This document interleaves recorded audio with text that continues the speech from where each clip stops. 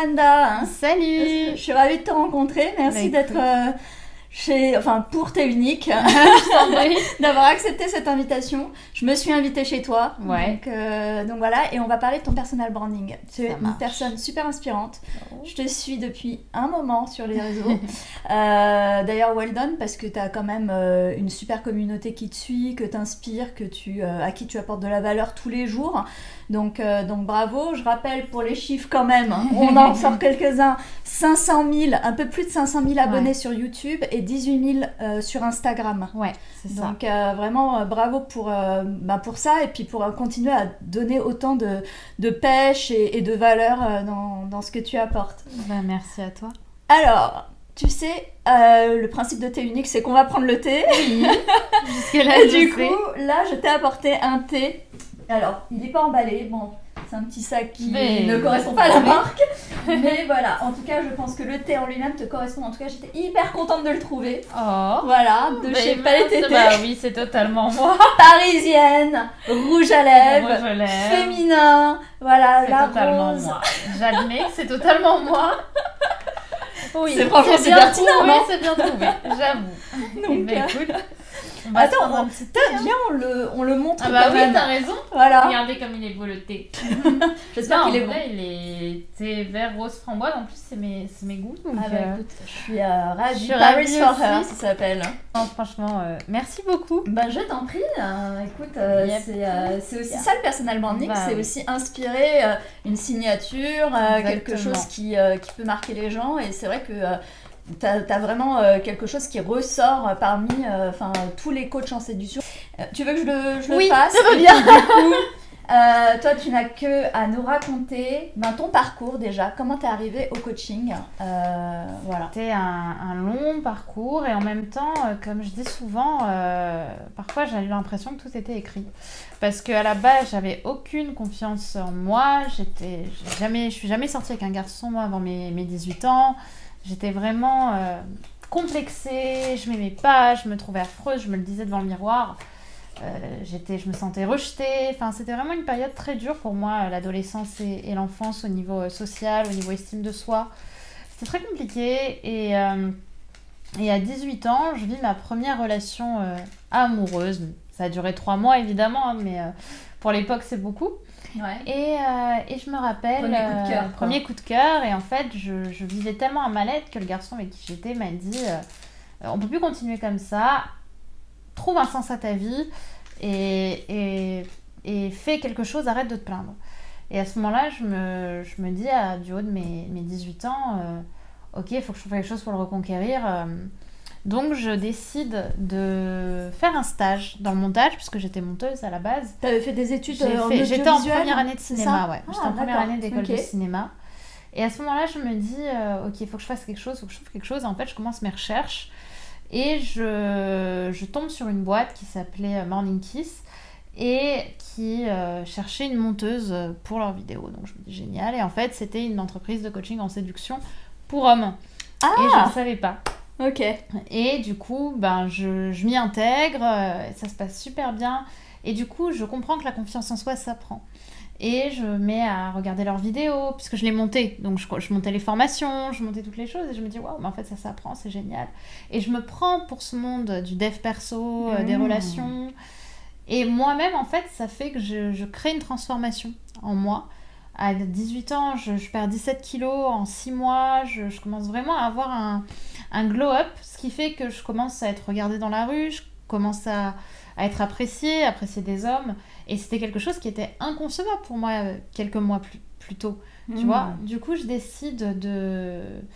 Alors, ça s'est fait en plusieurs mois, il y a eu plusieurs étapes, mais en gros, la fin de ça a été, ok, j'ai compris quelque chose qui me semble précieux, j'ai réussi à le faire en quelques mois, ou du moins à commencer cette transformation en quelques mois.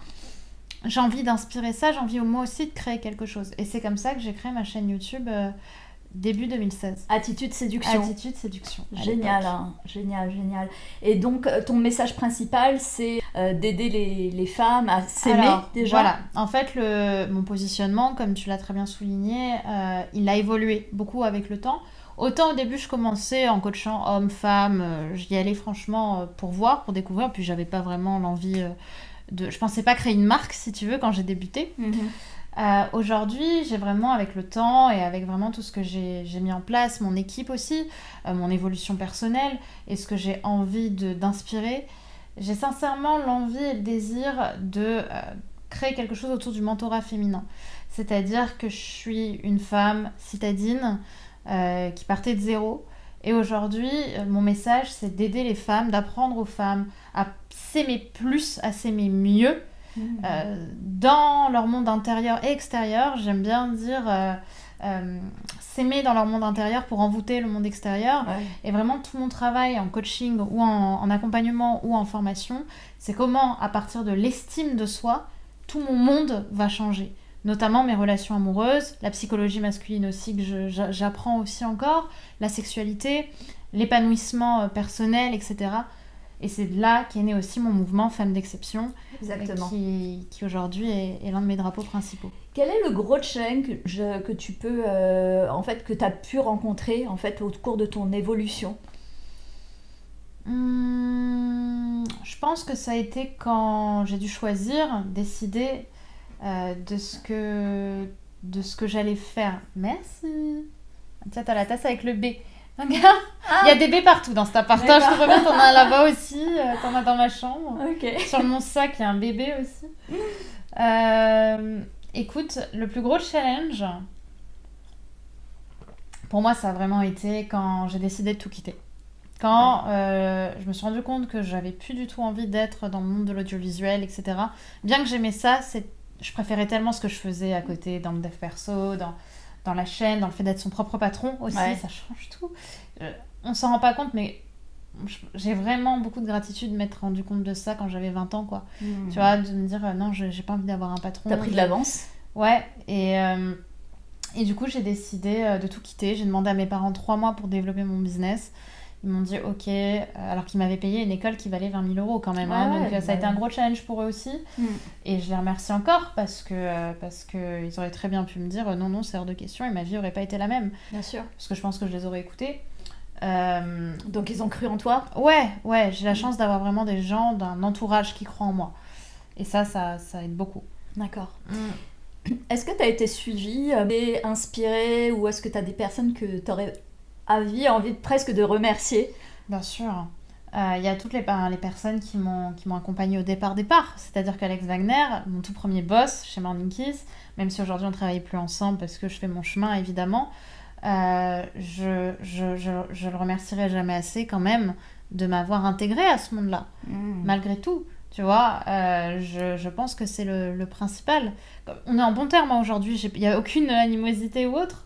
Mais c'est vrai que quand j'y repense aujourd'hui, c'est quelqu'un que je vois plus quasiment parce que il a sa vie et moi j'ai mon business. Par contre, je reste infiniment en gratitude de me dire pendant 3 ans ou 4 ans, cette personne m'a éduquée aussi au niveau mental. Après, très sincèrement, si je devais vraiment parler d'une personne, alors ça va être très cliché ce que je vais dire, mais c'est ma mère.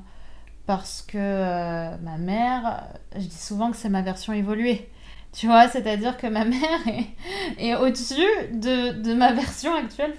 Et elle m'a toujours poussée, elle m'a toujours remotivée, elle a toujours cru, elle croit encore en ce que je fais. Et c'est vrai que tu vois, normalement, j'en parle jamais de ça. Mais ouais, je pense que ma mère, mon père aussi, à sa façon, même si mon père est beaucoup plus discret, c'est les premières personnes qui ont cru en moi, je pense.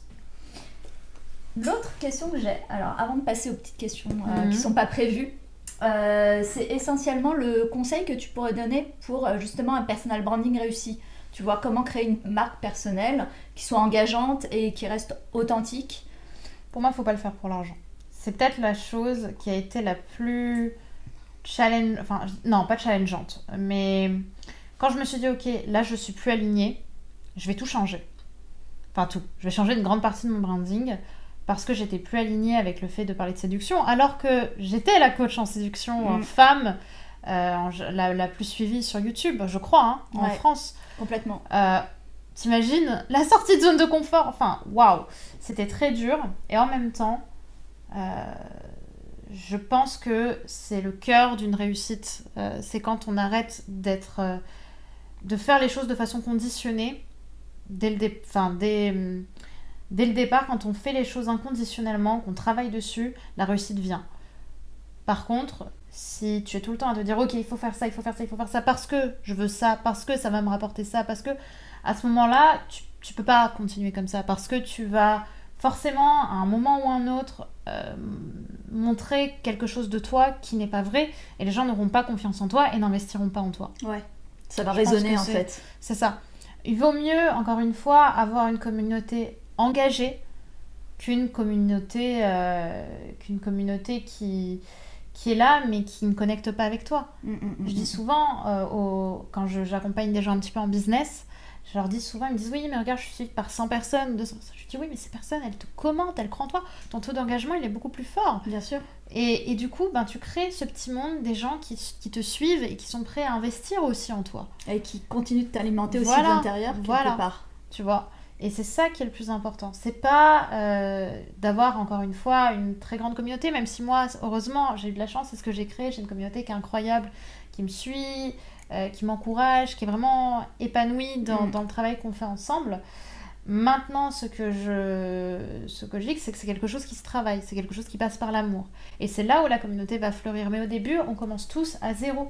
Ouais. Moi, il y a quelques temps, si on revient 4 ans en arrière, j'avais pas un seul abonné sur YouTube, où j'avais moins de 1000 abonnés.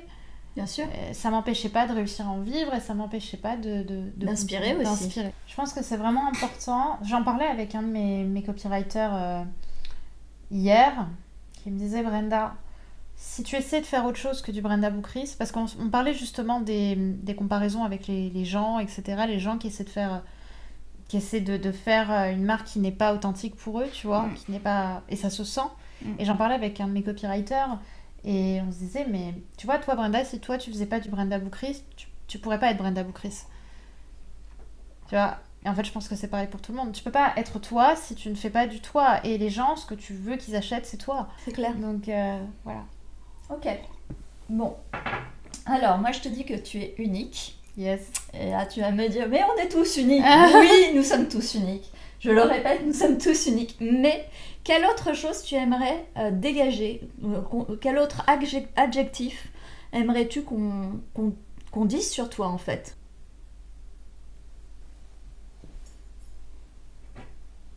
Une bonne question. Tu es unique et... Je suis unique et fédératrice, je pense. Je pense que c'est... Tu rassembles. Ouais. Ça, pour moi, comme je le dis, depuis le premier jour, d'aussi loin que je me souviens dans ma vision, je suis toujours sur scène. D'accord. Alors, dans ma vision perso, je voyage, etc. Dans ma vision pro, j'inspire, je crée du mouvement et t'impactes. Et j'impacte. C'est D'accord. ça. Pour moi, ouais, je pense que fédératrice, c'est le mot qui me correspond le plus. Parce que j'aime unir sur un même son, j'aime voir les gens se transcender sur scène. Je veux dire, le jour où j'étais à la caméra chez David Laroche, il y a très longtemps. T'as été chez David Laroche? J'ai fait une fois une cam pour dépanner chez eux, en cadre, et il y avait 20 000 personnes devant moi, je pense. Je me souviens, c'était la scène où le grand hangar où Mélenchon était passé en... Il l'avait raconté en réalité virtuelle. Il n'était pas vraiment là, c'était un hologramme. D'accord. Donc, une énorme salle, le truc. Et il était là et j'ai vu vraiment 20 000, je sais pas combien il y avait de personnes qui étaient là, qui chantaient ensemble, qui sautaient. Et en fait, j'étais avec ma cam, donc tout derrière, en train de filmer. J'avais la cam grand angle, donc je voyais l'angle plus la scène. Et je me souviens m'être dit, je veux faire ça. Je veux être là. D'accord. Et je pense que c'est un truc qui m'a beaucoup guidée. Tu vois, je me souviens qu'à l'époque, on m'avait engueulé un peu dans mon entourage en me disant mais tu travailles bénévolement, ouais. Et tu vois, moi je faisais ça pour dépanner. Mais en vrai, je me dis ce que j'ai reçu en échange de la vision de ok, je sais que je veux être là, c'est ma place. Ça vaut tout l'or du monde, voilà. Ça. Tu vois. Ouais. Genre, il y a des gens qui mettent une vie entière à savoir où ils veulent être. Moi, je sais que je veux être sur scène. Je veux être sur scène, inspirer, créer du mouvement et alors la scène évidemment il y a l'ego qui rentre en compte, mais voir les gens se transformer. Tu vois, je me dis Bren, t'as 3 heures pour faire changer les choses. Bah moi je vais te dire Brenda à Bercy, et dans ouais, Bercy il y a un B. Stade de France, grave. Non, mais pareil, la première fois que je suis rentrée au Stade de France de ma vie, j'avais 16 ans, je crois. Je sais même plus. Je crois que c'était pour Mylène Farmer. J'avais eu des places gratuites, donc j'étais allée. Je me souviens de ce moment, on était dans les loges, parce que c'était, tu sais, des places via une société. Et on était dans les loges, et je suis sortie de la loge, j'ai vu tout le Stade de France rempli. Et je me suis dit, waouh! Et je me souviens que ça m'avait fait un impact. Et là, à l'époque, je me rendais pas trop compte, tu vois, mais je sentais que physiquement, ça m'avait impacté. Et 2 ou 3 ans plus tard, quand là j'ai commencé, que j'y suis retournée dans cette même salle, dans cette même scène, et que j'ai revu ça, je crois que c'était pour Beyoncé et Jay-Z à l'époque, ou un peu après, là je me suis dit, ok, je veux être là un jour aussi. Tu vois. Génial. Une belle détermination, j'espère t'y vu. voir. Oui. Alors, je t'ai dit qu'il y avait des petites questions. Donc il y en a 3. Chaque fois, il y a un invité qui en pioche une. Okay. Donc, je te laisse en choisir une. Je vais prendre celui-là. Je la lis moi? Ouais, vas-y. Si tu arrives à me lire. As-tu un rituel avant un date? J'en avais un. C'était de mettre du rouge aux lèvres. D'accord. Je ne l'ai plus. Parce que le masque. D'accord.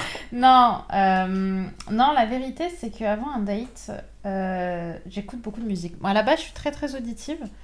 D'ailleurs, j'ai appris que j'avais une ouïe très, très développée par rapport à la normale. D'accord. J'ai fait un test à l'ORL qui m'a dit... Et en fait, c'est marrant parce que j'avais cette intuition d'être hyper auditive. Et la musique, pour moi, me transporte et m'énergise énormément. D'accord. Tu vois, c'est un truc... T'es musicienne aussi? Pas du tout. D'accord. C'est ça qui est dingue. C'est pas du tout. Je chante un petit peu, mais j'écoute de la musique, je crois que depuis que je suis gosse. Je me souviens que ma mère m'avait dit, t'as dit papa en premier, et après t'as chanté Undo Stress. C'était Undo Stress, c'est cette... Et elle m'a dit, voilà, t'as dit papa, t'as même pas dit maman, c'était Undo Stress, quoi. C'était la musique qui sortait. Et en fait, c'est vrai qu'il n'y a pas une journée où je n'écoute pas de musique, et c'est vrai qu'avant un date, ça m'énergise énormément. Je trouve que la musique est une très très belle façon de prendre confiance aussi en soi le temps d'un instant. Je trouve que ça transporte. Il y a des gens qui vont faire ça avec les livres, il y a des gens qui vont faire ça avec des films, avec de la mode, une façon de s'habiller, de se maquiller, c'est vrai, ça marche. Je pense que la musique, c'est quand même une énorme force aussi. Ok. Bon bah écoute, merci. C'était hyper sincère, hyper transparent. J'ai beaucoup apprécié le moment. Donc à bientôt, Brenda. À bientôt. Merci à toi. N'hésitez pas à aller la suivre, Attitude Séduction sur YouTube. Et bonne Saint-Valentin. Oui.